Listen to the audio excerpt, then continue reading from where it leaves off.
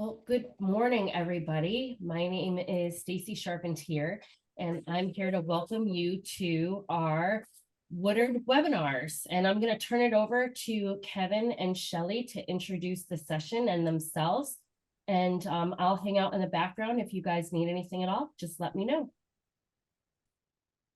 Thank you so much, Stacy. It's wonderful to be here. We love these things, and this is one of our favorite topics here. But before we launch into it, I just want to acknowledge that we're all here coming from wherever we are, uh, from indigenous territories, and I just want to acknowledge that we get to live, work, and play in on lands occupied by others to begin with. I'm Kevin. I'm the founder of Still Here, chief cook and bottle washer, and just love what I'm doing here. I love working in recovery. It's just a blast. We've been training recovery coaches up here since 2020. Just in time for the pandemic. And the subjects we're talking about today are two that are very near and dear to both of us: establishing empathy and how to use reflective listening to elevate our game in doing that. And the latter part, and I'll get into it in a little later, but is fairly new to me, and it's kind of a new revelation for me, I will say. And I want to hand it over to Shelley to introduce herself and kick off the establishing empathy piece. Okay, thank you. Yeah, my name is Shelley Shadow, and I am partner at Still Here, and very excited about the work that we get to do. And it is a beautiful way of being. If I was to guess or answer the question that was beautifully asked by Anthony, of what makes this curriculum or this work so accessible, even in faraway lands, I would say it's that connection to humanity and the things, that beautiful way of being where it honors the autonomy of another person, and they get to choose their way forward. And when they get to choose that, then they are more likely to sustain it. So I love that. And I want to just say hello to all of you. Good morning. It is 8 a.m. where we are. And so it's early. And I would just invite you. I think that Silvana, thank you for kicking us off on putting in your intro and where you're from. And I would invite you all to do that, just as a place to state your name and where you're from, and maybe what you're excited about with this work. So we are here coming to you from South Surrey, BC, which is very close to the border. Like 10 minutes away is Blaine, Washington. So yeah, we're very, very close to the US. So and we're excited to be here and to present this this work in And a big shout out. I think I see detail. Willimantic here, Shelley. Is that Willimantic, Oh, WRCC? That is I think you're right. I recognize that room. We had the privilege John of and his going crew? and yeah, Yeah. we had a tour last August, September. So yeah, welcome you guys. Wonderful. That's great. And of course we have Dorothy was, I guess she's not sick of us yet. Hey, Kevin, she was with us last week for the first time training with us, and here she is this morning. Hello, hello. And Curtis, we haven't seen you for a few months, but it's so great to see you, and always a pleasure. And Anthony, of course, too, just wonderful to see you out there and just hanging with us. So yeah, really, really good to be here. So anyway, so without further ado, today's agenda. Now, Kevin, will you be sharing those slides? We try to keep the slides to a minimum so that we can see more of your beautiful faces. And what I like to do is, you'll see how how big that is. And Kevin, you'll put it to the full screen. There's a gray sort of line between the screen itself and all the folks. If you just pull that hook onto it with your mouse, you can actually make that screen so that you can see more of your beautiful faces. So I like to do that. Okay, awesome. And there's Candace as well, who was with us last week. Beautiful. Okay, so today's agenda, we're talking about enhancing empathy through reflective statements. So we're going to talk, first of all, a bit about empathy. We'll explore the different types of empathy. We'll talk about reflective statements. What are they and why they're important? We'll have some examples and a demo and an opportunity for you to kind of operationalize this in small groups. So you'll get to practice it as well. So, okay, and next slide, please. So some definitions of empathy. From emotional researchers' standpoint, it's the ability to sense other people's emotions, coupled with the ability to imagine what someone else might be thinking or feeling. Yeah, does that make sense? Thinking and feeling. And of course, Brene Brown, empathy is communicating that incredible healing message of you're not alone. And then a comment from ICF. This is something that I was somebody that was being coached. The success of our coaching relationship did not depend on the coach having experienced my same feelings or having walked through those same problems. I needed her to meet me in the midst of it all and stay with me until I understood, until I could move from debilitated to decisive in the way that was right for me. My coach offered honest questions stemming from true curiosity, the kind that comes when you aren't making assumptions, when you are fully present with the client in front of you. Isn't that beautiful? And I love that. I would say that if there was one key skill or something that carries that coach relationship forward, it would be curiosity. Because if you're curious, you don't have to be sitting there wondering and all up in your head and thinking, oh, what should I ask next? Oh, I know. What piece of advice could I give? It's all about curiosity. If I'm curious, if I'm genuinely caring and curious, then that will carry us through with all of those wonderful open-ended questions and so on. Okay, so yeah, you can go ahead on that, Kevin. We have discovered that there's 3 types of empathy known as cognitive empathy, emotional empathy, and compassionate empathy. And the cognitive empathy, as it may kind of indicate even from the name, is about from the neck up. It's thinking about things. It's actually most appropriate in perhaps managers who may have to deal with someone that comes to them and said, you know what, I just lost my mom. I'm not going to be able to come in this next week. You want to be tactful. You want to be appropriately empathetic to the situation, but you also need to be thinking about, okay, what needs to happen next in a practical sense. And it can be really useful. A definition, simply knowing how the other person feels and what they might be thinking, sometimes called perspective taking. That is from Daniel Goleman, the author of Emotional Intelligence. And then another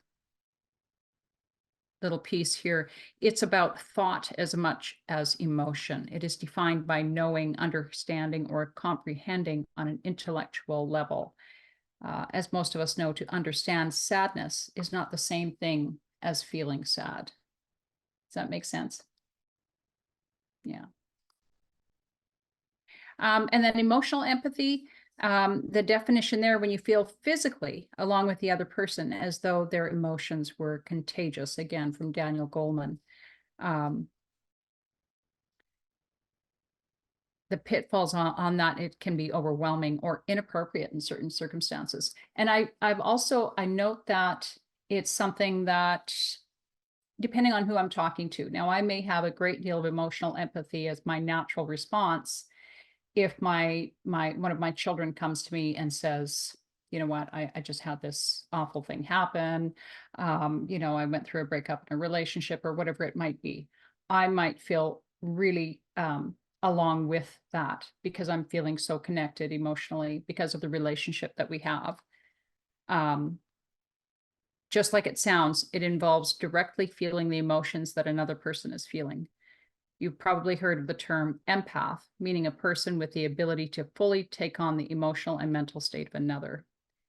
One downside of emotional empathy is that people lack the ability to manage their own distressing emotions. So if you are full on emotional empathetic in recovery coaching, you'll get burnt out really, really quick because we deal with people that are going through a lot of hard things. So, you know, we want to make sure that we have a long shelf life as a recovery coach, you know, so we want to make sure that we kind of have a balance.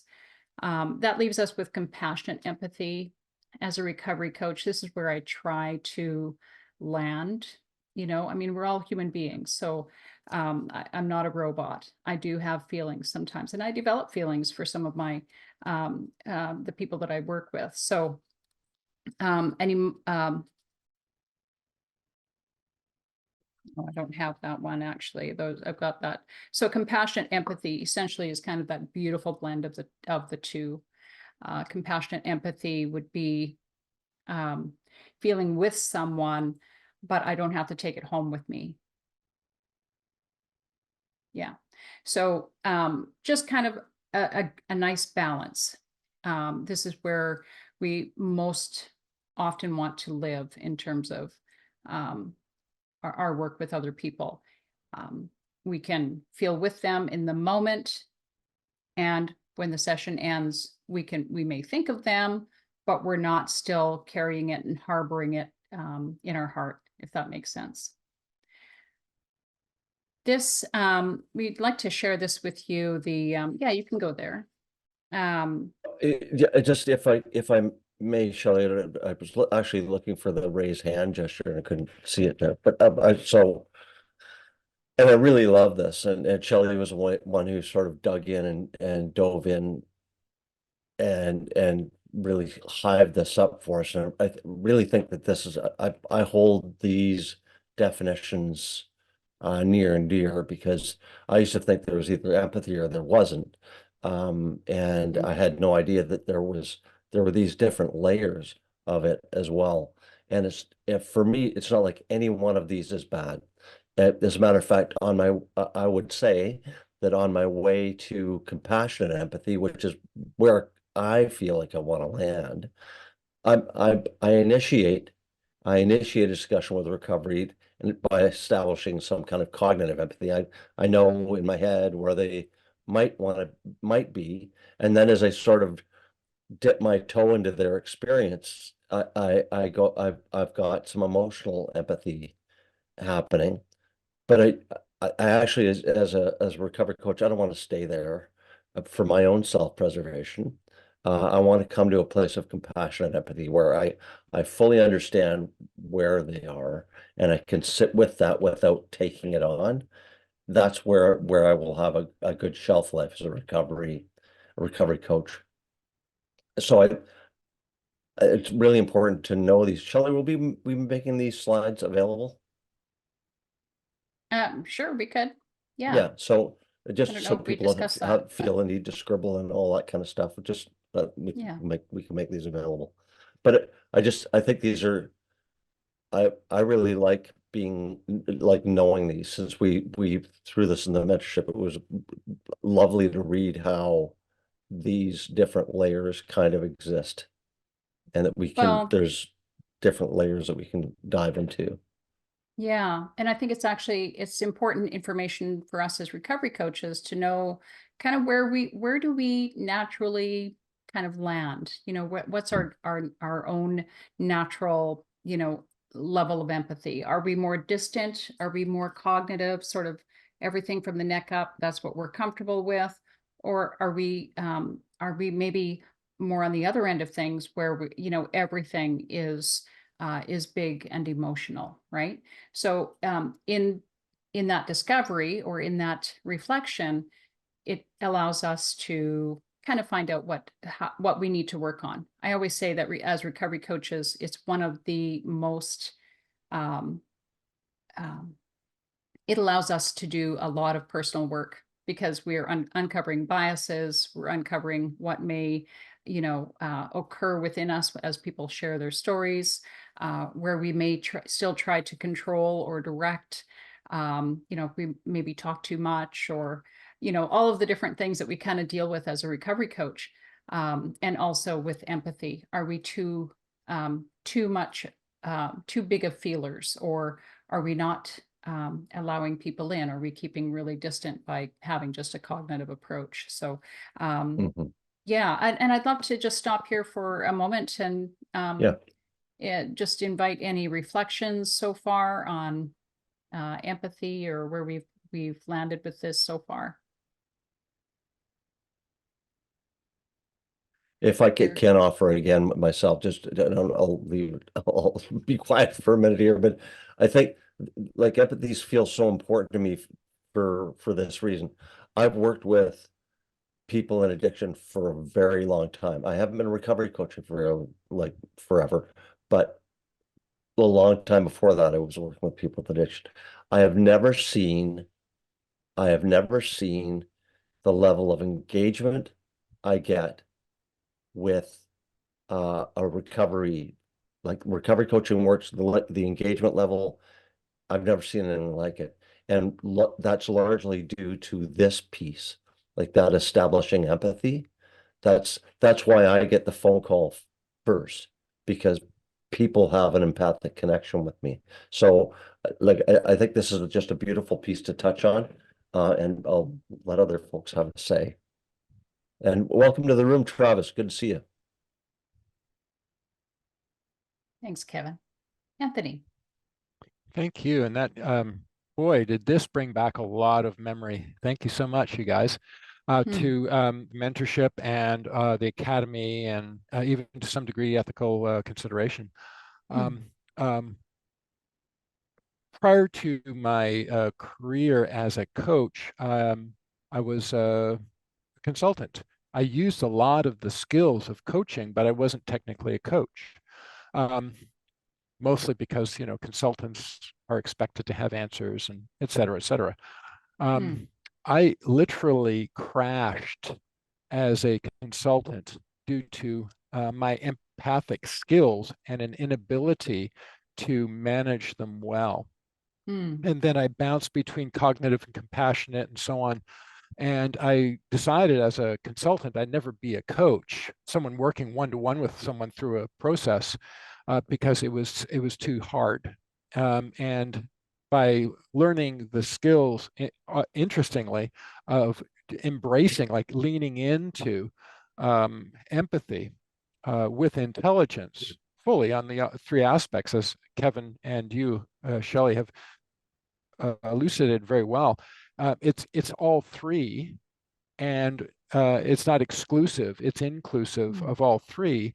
And my abilities as an empath is beautiful, but boy, resting on that, oh, disaster, right? And so I literally wouldn't. I stayed away from coaching, even when I found out about it in 2011. That was 15 years of staying away because of that one inability to properly regulate my empathic and mix in the cognitive compassion and being able to walk away.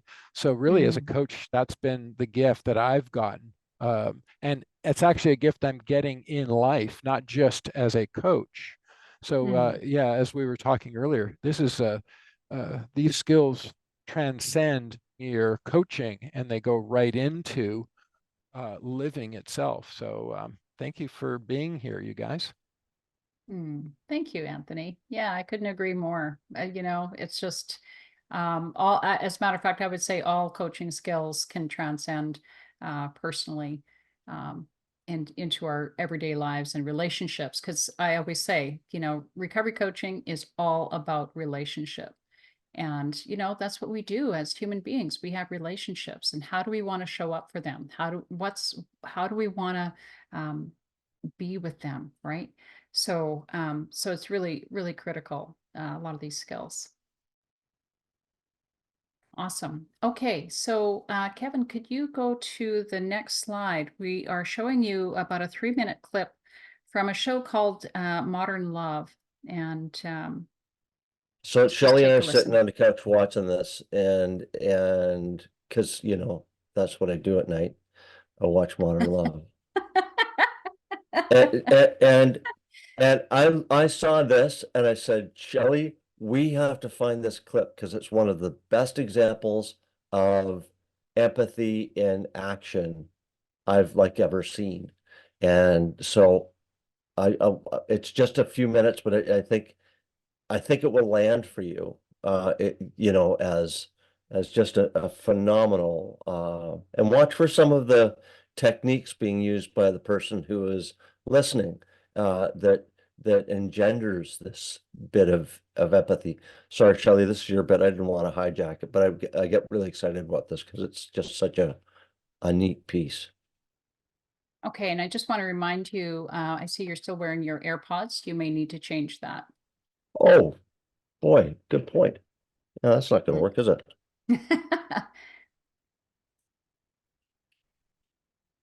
I know you do a thing, something about changing the source or something. I don't know.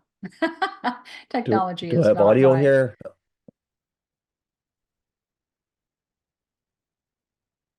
I can still hear you, but let's see if we can hear the Okay. video. There we go. There we go. I can hear you now. Let me turn Okay. my share back on. Share computer sound on. Good. It's on. Okay. Please give me a thumbs up. Your supermarket boy? How's that going, by the way? That didn't take. Oh, I'm sorry. Yeah. You really get through them, don't you?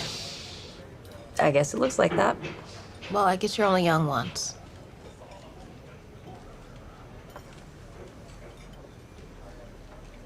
I'm bipolar. Really? Yes. I have been since I was 15. How come you never told me? Well, who wants to hire someone with a mental illness and entertainment law? Aren't we crazy enough? Sorry. So why are you telling me now? Because you're more than work. And you should know what you're dealing with if we're gonna see each other outside of the office, which I would like. But I have incredibly low periods. So low that I can barely move. I am impossible to be around. I can barely answer the phone. I'm totally unreliable as a friend. In fact, in some ways, I'm probably the worst friend you could ever have. Don't check a single box. I have a meeting 5 minutes ago.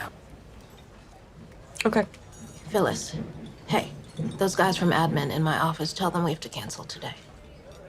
I'll see them tomorrow. Yeah, and I'll tell them I'm really sorry.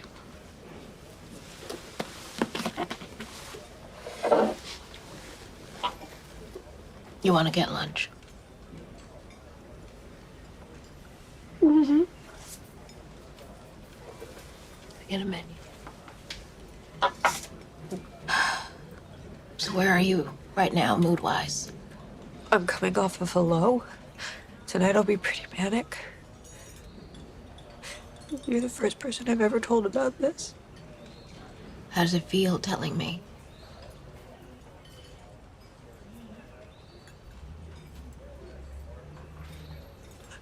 Like an elephant's taken one of its feet off my chest.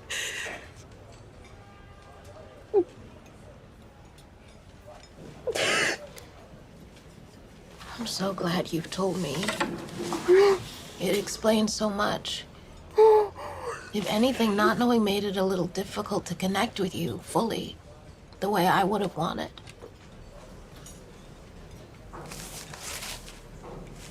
So you want to get a drink sometime? You want to go to the movies? You want to see people? All of the above. You are the most fun I've ever been around. I'm not letting that go. Thank you. Thank you. Thank you. It's amazing what trust. I'm gonna pause it right there. Hmm. Rarely do I get through that without getting a lump in my throat or full-on tears.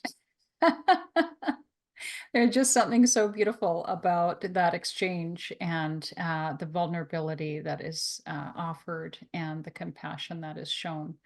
And I don't know if you were noticing, well, you know, part of what we're going to be learning in the next sort of as we shift and transition into reflective statements, there were a lot of reflective statements that were offered that really just opened things up for her to feel safe to share. So any comments about this?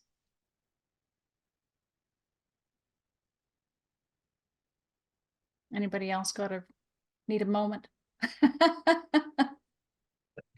Uh, yeah, it's a tearjerker. Sorry, it's awfully early for that. Yeah. There was just a lot of powerful and very nuanced technique. I'm not even gonna call them techniques. It's not a technique. Very nuanced skills being implemented by the listener here that really created a safe space for this person to share probably one of the most vulnerable things she's probably ever shared. Yeah.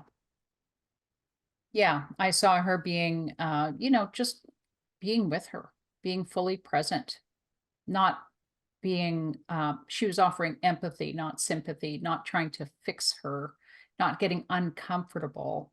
You know, and I think the part of her just really being with her to the point where she canceled her appointments so that she could truly be with her, you know? So anyway, yeah, I thought that was it's probably one of the most beautiful acts of humanity that is seen. So Kevin, over to you to talk about reflective statements and how that can establish and build that empathy. So empathy is like hugely lifted and buoyed by the use of reflective statements, particularly when those reflective statements are done really well. And I don't know if we have I want to get a few breakout rooms here to look at sort of help us define reflective statements and come up with an example of what you know to be a reflective statement. And this could be very broad and varied, but I'd like to give you some breakout rooms for maybe 8 minutes. Let me just see here. Let me just stop share here for a sec. Did See you want how me to you're- create that, Kevin? Could you, let's do pairs. Okay, so And we'll have 1, 3, I think, because there are 3 of us. So that will, oh no, that will be, sorry, that will be 5 pairs. So if you create 5 rooms, 5 pairs, and we're just gonna ask folks to, first of all, come up with your own definition of reflective statements. And Yeah. in addition to that, come up with like an example of what that might sound like. What that definition might sound like. Okay. Let's see here. We'll do 8 minutes. Okay, yeah, I think I have, let me just see here. Yes, okay, I think I've got everybody. So are we all clear on what we're asking you to do? And Silvano, I just want to say thank you so much for, Silvana, pardon me. I think we're doing what, 8 minutes on this? Yes. Yeah, I'll Oh. be fine. Just so you know, Okay. I'll be Okay. fine. Thank you so much. Okay, thank you. Welcome back. Thank you. I see you are 2 hours behind us. Here is almost noon. Ah, So yeah, when you yeah. say, oh, close to 8, it's like, oh, yeah. Yeah, we're actually 3 hour. Are you on the East Coast, Silvana? I'm in Massachusetts, yep. And the Yes, border so with we're actually Connecticut 3 and New York. hours. Yeah, Yeah, we're 3 hours apart, so West Coast time. yes, Yeah. nice. So yeah, it's an early one. Yeah. Welcome So I'd back. love to hear from people, like, what definitions did you come up with? What did you, let's have your report out, just popcorn in. Yep, Scott, go ahead. I came up with reflecting is kind of basically like mirroring somebody's sentiment, you know, if Yeah. there's just for instance, I had a terrible day today, or you know, the day was very hard for you, you know.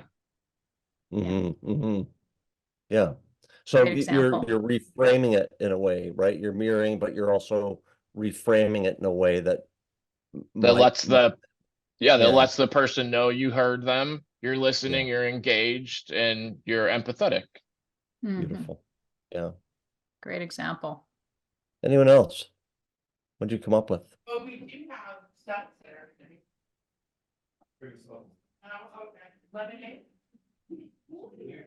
Lemonade? Okay. We were sharing with Travis that personally I always try to be on the other person's shoes, and imagining that that was me, what I want to say. And also I was sharing that I don't really go for the same questions, like, how would you make you feel, or how can I do, like repetitive questions, like you can see that, oh, somebody's reading. I gave the example to Travis that when I'm in therapy, I say something to the therapist and she says, so how that make you feel? It's like, don't ask me that. I feel like she's reading by the book. Give me something new. Yeah. So yeah, I don't know if you want to add something else, Travis. You were the one taking notes. Thank you. Yeah, thank you.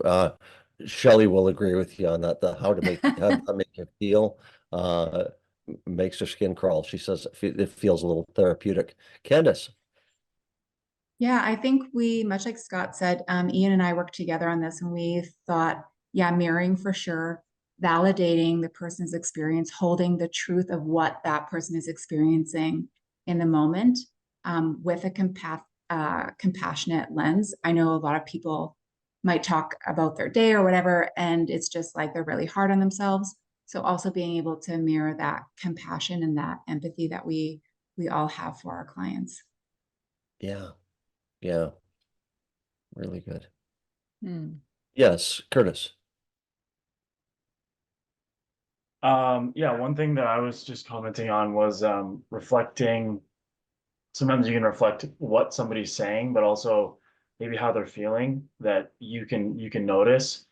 So like just kind of the difference between complex and simple things, and that helps sometimes them and you understand where they're coming from better. So it's kind of a tool to reach that greater understanding as well. Yeah. There's somebody who's been reading William Miller's 4th edition of motivational interviewing. Good for you. Yeah, yeah. No, but I will now. Yeah. Well I also done. wanted to add, I just thought of it, so you can reflect somebody's values also, right? Like Hmm. I did this for my kids. Oh, your kids are very important to you, right? Yeah.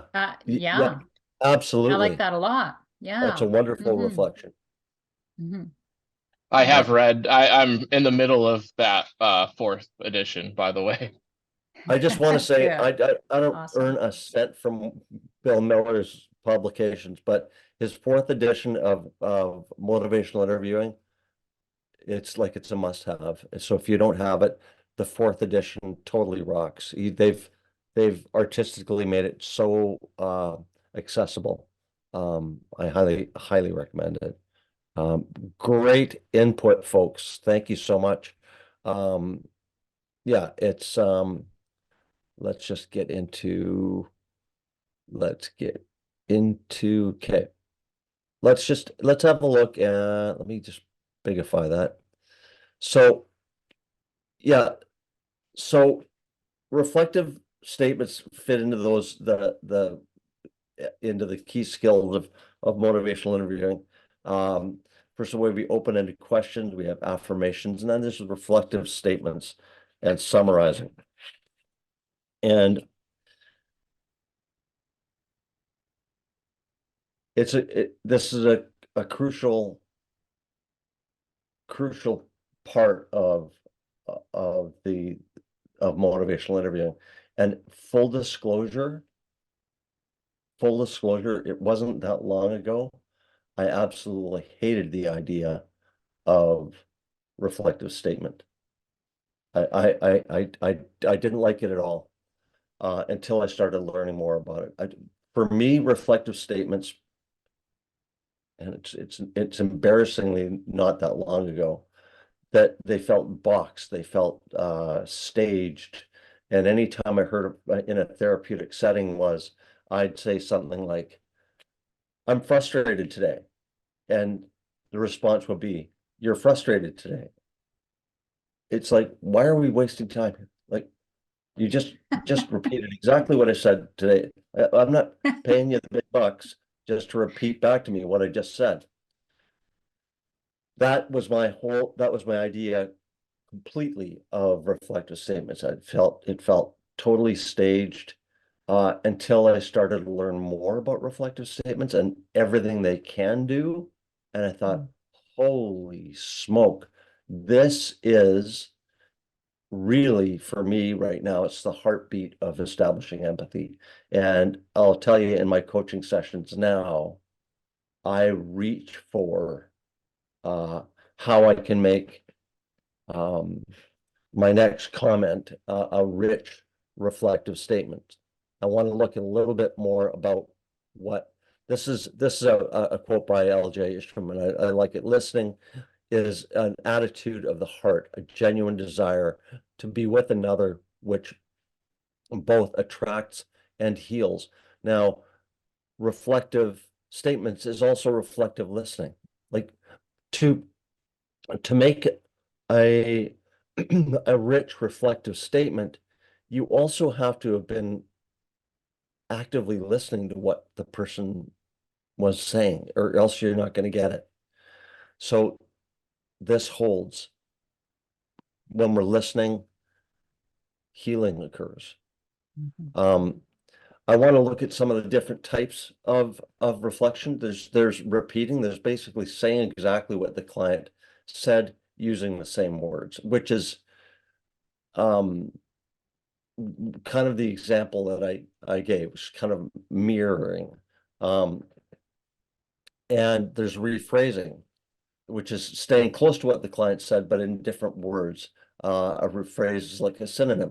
So I think who was it that came up with a really rich one about your kids? I think it was. There was one that we just got from the group that was really rich in that. Scott. Yeah. Paraphrased, just using different words that advanced the discussion a bit.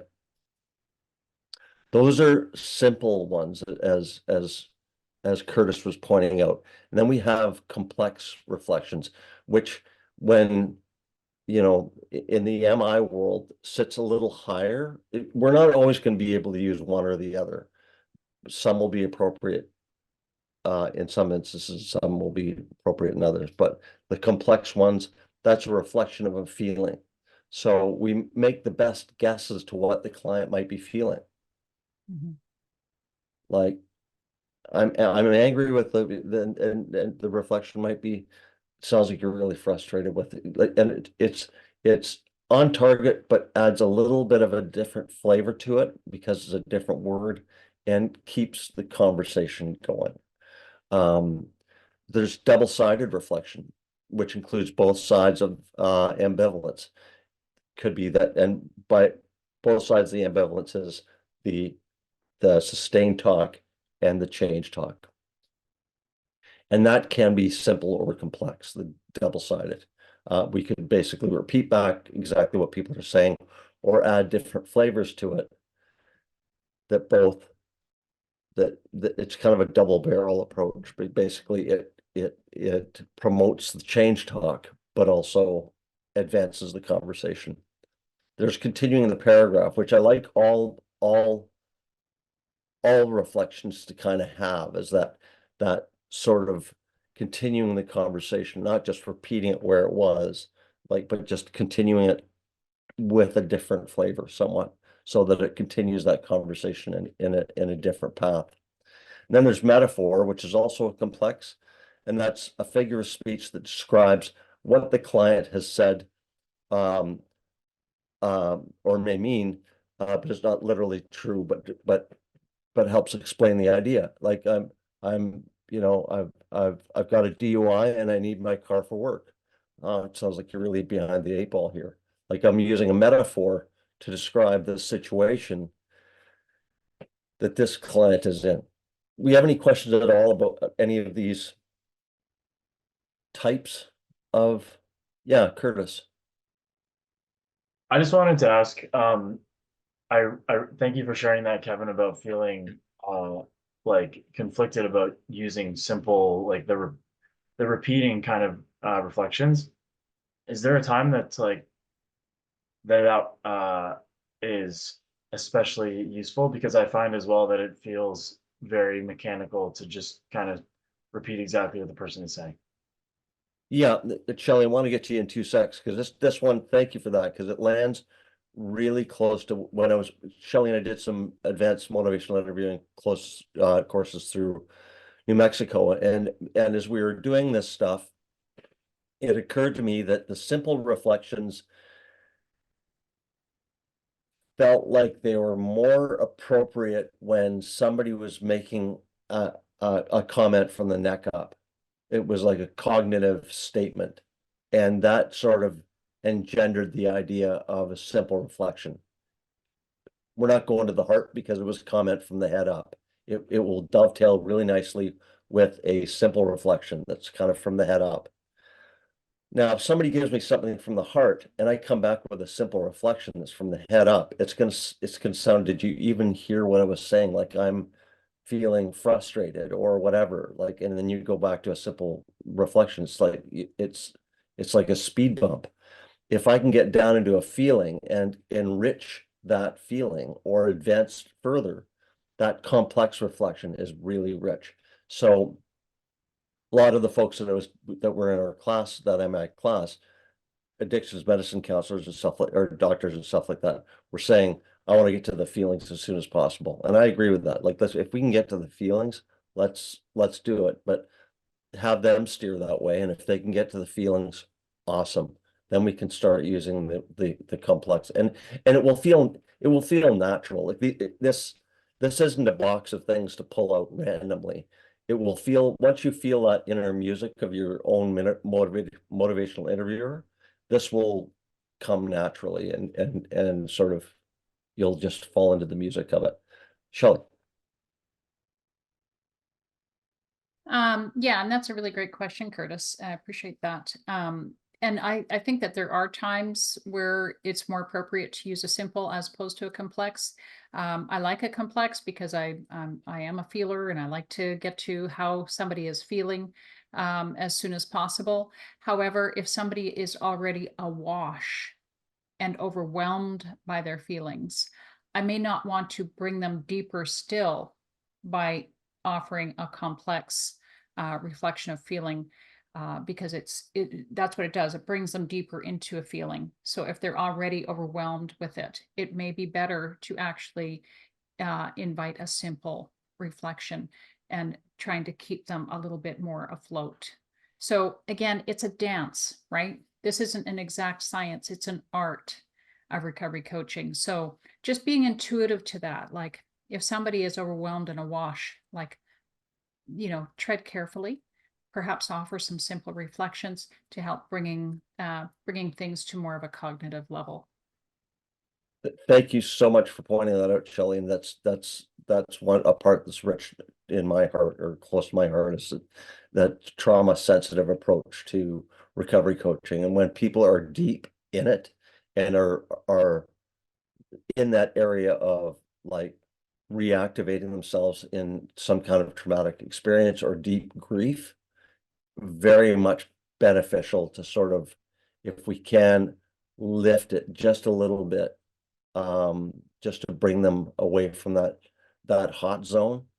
And simple reflections are a great way of doing that. Thank you for raising that. Yeah, great discussion. Any other questions about these? Yeah, and great to practice them just as much as you can. So types of reflections and examples of how they might sort of sound like, so let's put these to work. So statement might be, my doctor told me to see you. I don't know why. It was just one night of heavy drinking, right? So a complex reflection would be, you're confused as to why your doctor sent you here to see your recovery coach. Okay. He didn't say we're confused. He just had some disjointed ideas about why he might be there. And the recovery coach offered a complex reflection by offering a new feeling as to why they might be conflicted about why they're there. Another one might be, it was only one night of heavy drinking, having too much, yet your doctor told me to see you to see me. Okay, so we've got a double sided reflection. And you will notice, and this is the best practices here, when you have a double-sided reflection, always end on the side of change talk, right? So it was only one night of heavy drinking, yet your doctor told me to see. So we're landing on the side of change talk. We want to have it, have the conversation continue along the side of, your doctor wanted you to see me. So best practices are to end on that side of change talk. Another one was a doctor shone a light on your drinking and you're a little concerned, right? It's a complex reflection. We're continuing the paragraph, and there's a little bit of metaphor in there as well. Shone a light. Okay. And another one is, you feel annoyed that your doctor is making a mountain out of a molehill. This is a complex reflection because we're using a metaphor to describe how they might be feeling. Make sense?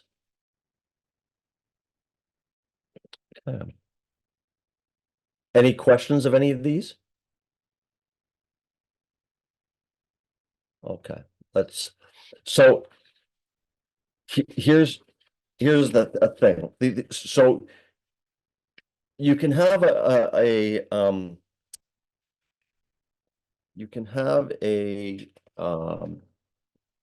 statement that just by its tone can change into a question.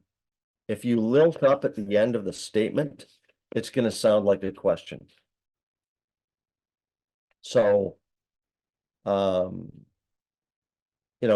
doctor told me to see you, or like your doctor told you to see me. Or you could say, your doctor told me to see you to see me. Like if I lilt up at the end of it, I turn that into a question.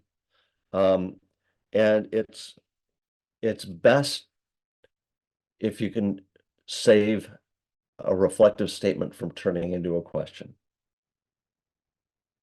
Okay. We like having the statements, at least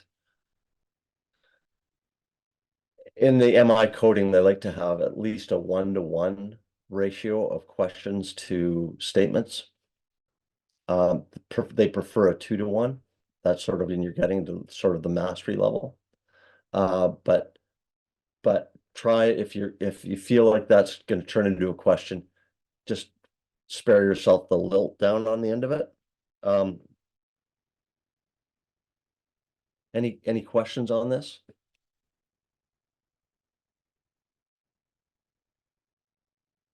Shelley, I had this as your slide. Did you have anything else that I didn't cover here? If you could go to next slide, I'll cover that.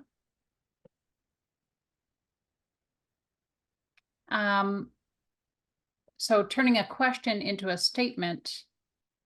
For example, do you mean that you want to cut back on your drinking? And when I think of that, like what it sounds like, it to my ear, it almost sounds like a judgment, or as if I don't believe you can do it. If you even put anything in there, do you mean that you want to go back to school? It feels like not a question, but a questioning. Like, I don't know about that. That's what it sounds like. So in this example, do you mean that you want to cut back on your drinking? If you leave out, do you mean that? And also tone down at the end of the sentence and just simply say, you want to cut back on your drinking. This tone remains neutral in stance. And it's one of the things that as a recovery coach, I want to make sure that I'm neutral, that I'm not, giving away whether I think you should cut back on your drinking or whether I think you can cut back on your drinking. I'm just being neutral. I'm simply mirroring what they've just told me, if that makes sense. So I just want to stay within that neutrality, right? So another example, it sounds like you had a really challenging night. Remove, it sounds like, and say just, you had a really challenging night. And, it actually takes a bit of practice because I find that most of us are kind of, it's the way we kind of speak. It sounds like, or what I hear you saying is, or if I think what I hear you saying is, we kind of preface it. But the idea is that when you kind of say those statements, it sounds like, or what I'm hearing right now, or those kind of preface statements, it almost sounds like you're taking an observational stance. I'm back here and I am observing you, as opposed to when I just say you had a really challenging night. I'm actually with you. I'm shoulder to shoulder. I'm with you wherever you are, rather than way back here observing where you are. Does that make sense? Yeah. So taking off those sort of preface statements, it takes some work because I find that we're kind of used to saying things like that. It sounds like, or, what I hear you saying, or what I think I hear you saying, those are ways of being that I think as in the helping world, we kind of tend to access those very easily. So it takes a little bit of work to just trim that right down to the heart of the matter. You had a really challenging night. Yeah. I love that, Shelley, and it's like there's a when I say it sounds like it feels like I'm sitting across from the person physically in this conversation. But when I drop it sounds like you had a really challenging night. Now I'm not sitting across from them. I'm sitting beside them and I'm sharing this experience with them. You had a really challenging night. Like this is now we're right beside each other, and this is we're getting to the gold here. But it is it's hard to do. But when you start to get it going, it's you'll feel it. And I think part of it is it sounds like, or if I hear you correctly or whatever. I think it's partly because we're a little bit timid, socially timid, and we think maybe I'm getting this right or maybe I'm not. I just charge in and say it. If you feel like you're close, just charge in and say it.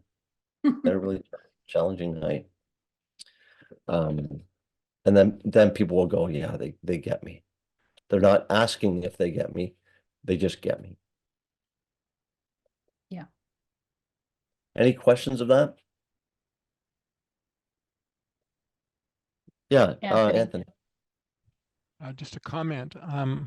I found that even if wrong or not quite right, it allows the person to know that you didn't get it and then to correct, and then we can move on, as opposed to that questioning. Well, did they? Didn't they? Do they know? And in other words, it's a self-correction mechanism. So it doesn't even matter if you get it right or wrong. It's part of the conversation, and I find it it that works. Simply, simple reflection works. And guessing is fun, and it's part of that natural conversation. Mm-hmm. Yeah. Yeah. Yeah. Mm. And I just want to point out for you, this isn't in the slides, but if you want to see the power of reflective statements, call up something, YouTube something called The Rounder with Teresa Moyers in it. Now, this is a live fire. This is a real life example. This guy's fresh out of prison. He's got a thing against blondes. He doesn't like Teresa Moyers. And it's like, it's all on. And he's like being aggressive and threatening the whole bit. And she sat there and reflectively listened for 14 minutes. It's a real case scenario. And at the end of that 14 minutes, he said, I'm ready to check into your treatment center here. Like, it was just the effects of just reflecting what he was saying was so phenomenal. The change in him was dramatic and swift. So take a look at it. Teresa Moyers she's one of the best. She's one of the folks who are advancing motivational interviewing greatly through New Mexico. It's worth a watch. So we'll leave that with you. Maybe Shelley and I can demonstrate a little bit of what this might sound like. So, ready, Shelley? Yeah, and actually, I just want to point out, this is, we're going to do another breakout room in a little bit. So this is kind of an example of what you'll be doing in the breakout rooms with one another. So yeah, go ahead, Kevin. So I got into this field because people are suffering and dying, and I'm in a position to do something about it. You feel a deep passion to help others, so you feel called to this profession. Yeah.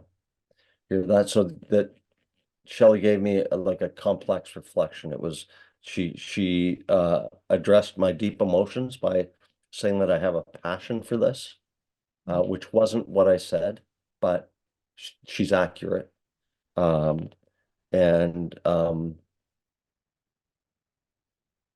Yeah, a simple reflection might sound like you chose recovery coaching to help those suffering and dying from addiction. It's a simple statement. It's right on what I said, and it's completely valid. But I would suggest, as Curtis was pointing out earlier, the more appropriate response would probably be that complex reflection, because there was some emotionality in my statement. So I probably best to meet that emotionality with a feeling reflection. Make sense? Yeah. Shelley, you got one for me? Yes. When I got into recovery, I didn't have a sense of who I was, so I made big decisions without thinking them through. So you made big decisions because you didn't know yourself well in early recovery. Here it's a simple reflection. I'm just repeating back. Or Yes. I might say, you have some regrets about big decisions you made in early recovery because you didn't know yourself like you do today. Yeah. So it's complex. I'm sharing a feeling that regret. You feel the difference between those two? Like the simple and the complex. Yeah. And I want to offer, even in that last one that you, that was complex, but there was also a little bit of an acknowledgement of growth and affirmation. So an affirmation kind of tucked in there as well. Yeah. Any questions of those?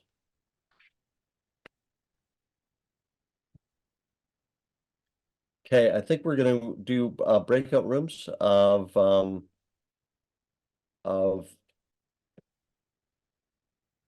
3 people. Do it, and how's that gonna work out math wise? Hang on, I'm just going to, let's I see. think we have a 3, 3, and a 2. We've got 11 people, 11 Okay, participants. yeah, that's And what I have come up. 3 of us, 3, so 3, and a it's 2. yeah. So 8 participants. So it's gonna be 3, 3, and a 2. That gonna be okay? Yeah, can I just- think we can yeah. work with it. 2 can just do it twice. Okay. So So- can you go to next slide so you can, yeah. And I would invite maybe to copy and paste that into the chat. Good thinking. Let me just do that.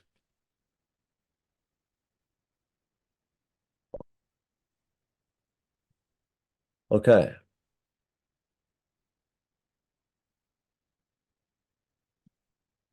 There we go.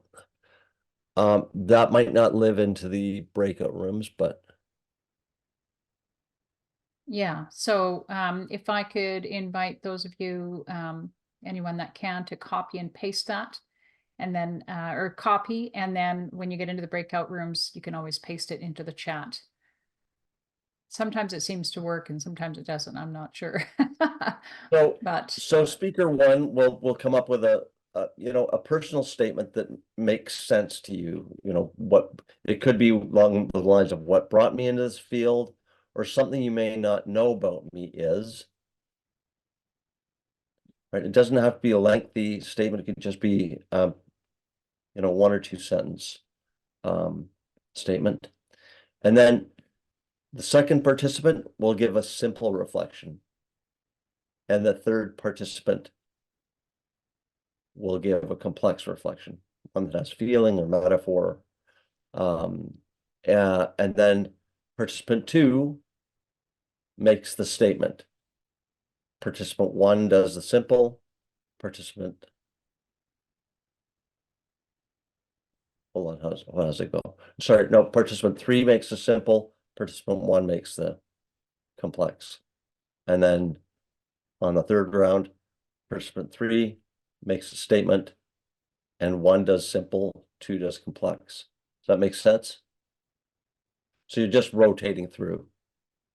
yeah, And if you get confused in it, just keep going until everybody gets a turn. Okay? And what do you think? 10 minutes? yeah, and then we'll come back and just have a 5-minute debrief, and yeah. Okay, everybody Okay. ready? Okay, gonna open rooms.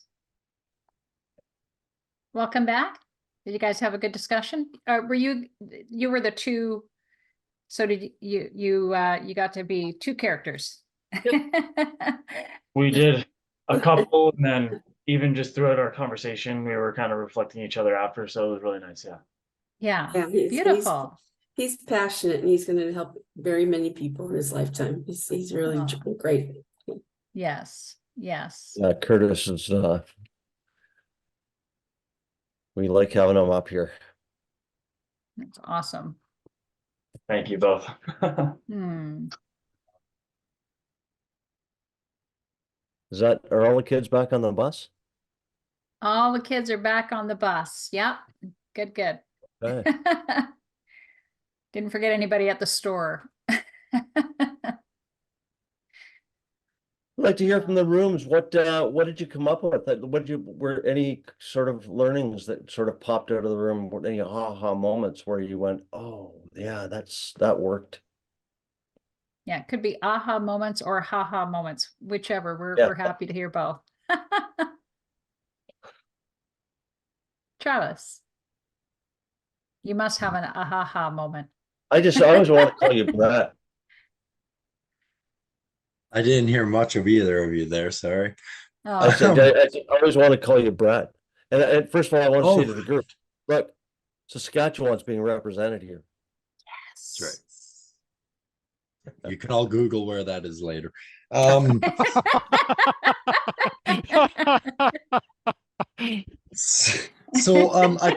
found it really interesting. I didn't expect it, I guess, and that's why. But so the first time I was complex, then I went to the simple, and just giving it from the view of listening, and then the thoughts that went through my head, like how did I approach it? How did I say it? How would they answer it? And then when I did it from the statement person and listening to them say it, was kind of just putting my mind in a pretzel, how different it felt, like the reassurance came in, as opposed to when I was on the other side of it, kind of questioning myself and all that. So it shone a light a little bit at how effective it can really play in that role. That's it. Yeah. Awesome. Yeah, nicely spotted, man. Yeah, it amplifies the usefulness of it for me when you really are heard and understood, and Travis and Anthony were great, and it just practice, like I was telling Travis, for me, MI is kind of practice makes perfect, and the more you do it, like most things in life, the more comfortable you are with it, and or at least I am. I'm sorry, stick to I statements, right? So yeah, it was great. Yeah, thanks, Scott. Nicely spotted. Yeah, really nicely spotted. Yeah, and it's you know, I used to take my daughter out when she was learning how to drive, and it was one of those things that, you know, like it's just time behind the wheel. You just simply have to have time behind the wheel, and it's the same thing with motivational interviewing. You just got to get in there and do it again and again and again, right? And Anthony has been a great example of that, just always, you know, hooking up with other recovery coaches that he knows and say, hey, let's do a practice session. So Anthony, your thoughts, please. So that's what my counselor has been doing for the last 31 years. That was a funny statement. I don't remember, was that Travis or Scott who said that was funny? It's like, yeah, that's MI. Yeah. Mm-hmm. And I've fallen in love with these reflective statements, and whenever I think I used to be in love with questions, but now I go, okay, I've got a question here, but how do I put that question in a reflective statement? So the recovery asks themselves that question and comes up with the answer themselves. So I'm totally offhand here. I'm just reflecting, and then they get to do all of the fun stuff. And by doing that, I build up their agency, their self-efficacy, and leave the reins in their hands. Scott. Yeah, also I wanted to add real quick. When I first got started practicing MI, everyday life presents a time to identify it, and I found that very useful. So Beautiful. And I'm noticing the time. We are at the 90 minutes we promised you. Shelley, over to you. Yeah, just real quick, I was thinking about how, you know, we always try to emphasize as recovery coaches that we want to minimize that hierarchical difference. And, you know, one of the things that, you know, having a sales background, you always talk about how he who is doing the questioning has the power, right? If you're being questioned, then you have this, you know, there's this power. So, so in that sense, like making that transfer into more of a reflective statements and letting them come up with their own questions empowers them and minimizes that hierarchical difference for us as recovery coaches. So really encourage that as well. Folks, this has been a wonderful way to kick off my day. I know some of you are midday, but this has been wonderful for us. I've loved it. Yeah. Thank you for presenting. Thank you, Karen. Thank you so much. It's great to see you all. And let us know if you, and I think we're going to arrange to have the slides sent out to you Slides as well. available, yeah. Oh, Yeah. cool. Thank Thank you, you. Scott. Yeah, thanks for everyone. This was a well-spent morning. Wonderful. Thank you, Anthony. So glad you were here. Thanks, Kevin and Mm. Stacy, if we get the slides to you, can you get them to the participants? I certainly can, yeah, and if anybody, I don't have anybody's information, just, I'm gonna put my email address in the chat, just email me and I will get to you as soon as I get them. Perfect. Thanks, Dorothy. All right, Thanks. bye Okay, everybody. thank you all. Do Wonderful. something next week so I can keep you in my weekly routine, Shelley and Kevin. We do every week. Every See you Tuesday. soon. Come on. Appreciate you guys. Okay. Appreciate you too. See you soon. Bye, Curtis. Great to have you here, Ian.